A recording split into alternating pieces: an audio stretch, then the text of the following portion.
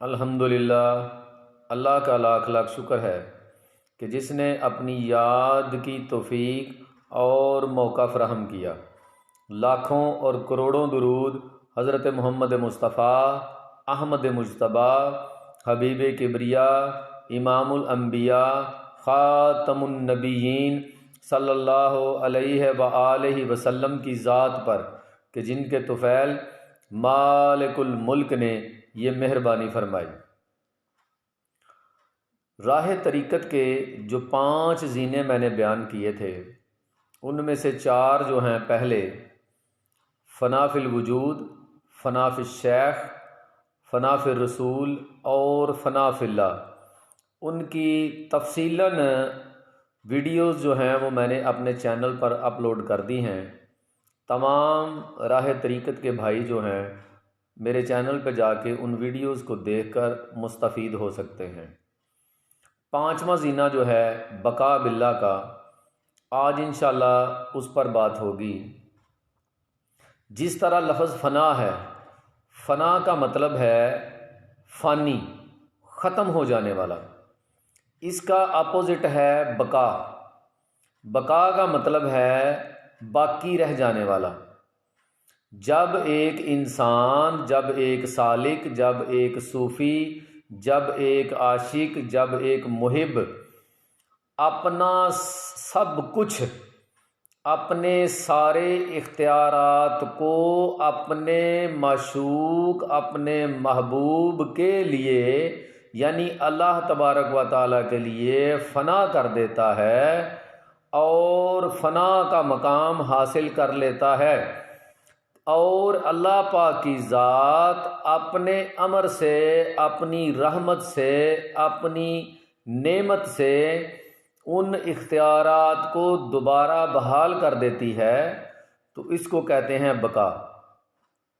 انسان کا اللہ تبارک و تعالیٰ کی ذات کے لیے اپنی تمام خواہشات کو، دنیا و ما فیہا کے تمام امور کو، اپنے تمام اختیارات کو صرف اللہ کی رضا کے لیے، اللہ کی محبت کے لیے فنا کر دینا، ختم کر دینا فنا ہے۔ اور اللہ کی ذات کا انہی اختیارات کو اپنی رحمت کے ساتھ، اپنے امر کے ساتھ، اپنی نعمت کے ساتھ واپس کر دینا اور ان اختیارات کو بحال کر دینا بقا ہے۔ اور ایسا شخص جو ہے جس پر یہ رحمت ہوتی ہے، جس کو یہ نعمت دی جاتی ہے، وہ بقا باللہ ہے۔ اس کی مزید جو ہے مثال میں آپ کو پیش کرتا ہوں، آپ کو مزید سمجھ آ جائے گی۔ خواجہ باقی باللہ کے بارے میں روایت ہے کہ آپ کے مرید نے پوچھا کہ حضرت فنا اور بقا کا جو تصور ہے اس کی وضاحت فرمائیں، تو خواجہ باقی باللہ نے پوچھا کہ بیٹا، جب میں اس دنیا سے کوچ کر جاؤں، جب میرا وصال ہو جائے، تو جو شخص میرا جنازہ پڑھائے گا، آپ اس سے فنا اور بقا کا جو تصور ہے اس کی وضاحت پوچھنا۔ تو جب حضرت کا وصال ہو گیا تو آپ کا وہ مرید جو ہے اس نے اس نقاب پوش کو، چونکہ آپ کا جنازہ جو ہے ایک نقاب پوش نے پڑھایا، کیونکہ شرط یہ رکھی گئی تھی کہ میرا جنازہ جو ہے ایسا شخص پڑھائے گا جس کی تہجد کی نماز بھی کبھی قضا نہ ہوئی ہو۔ تو جنازے میں موجود تمام لوگ، ان میں کاملین اولیاء بھی تھے، لیکن سب اپنا سر جو ہے وہ جھکائے کھڑے رہے۔ اسی اثنا میں ایک گھوڑ سوار جو ہے وہ آتا دکھائی دیا اور اس نے نقاب پہنا ہوا تھا۔ اس نقاب پوش نے حضرت خواجہ باقی باللہ کا جنازہ پڑھایا۔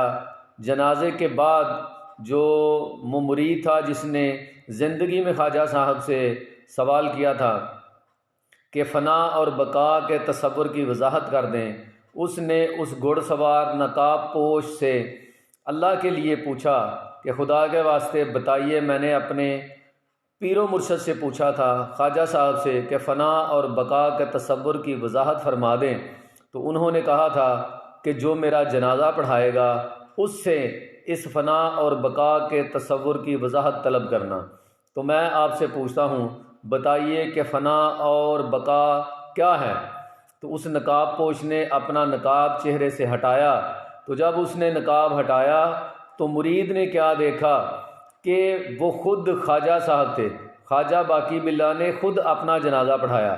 تو پھر آپ نے ارشاد فرمایا کہ بیٹا، جسے تم دفنا کے آئے ہو وہ فنا ہے، اور جو تمہارے سامنے کھڑا ہے یہ بقا ہے۔ تو امید ہے کہ اس روایت سے آپ مزید جو ہے اس تصور کو، اس زینے کو سمجھ چکے ہوں گے۔ امید ہے کہ ہر بات جو میں نے آپ کو تفصیلاً بتائی ہے آپ سمجھ چکے ہیں۔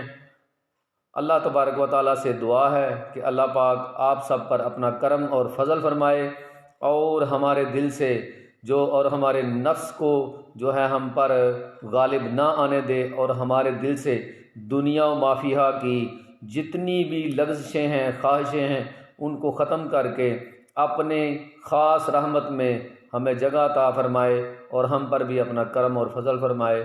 وما علینا الا البلاغ المبین۔ السلام علیکم ورحمۃ اللہ۔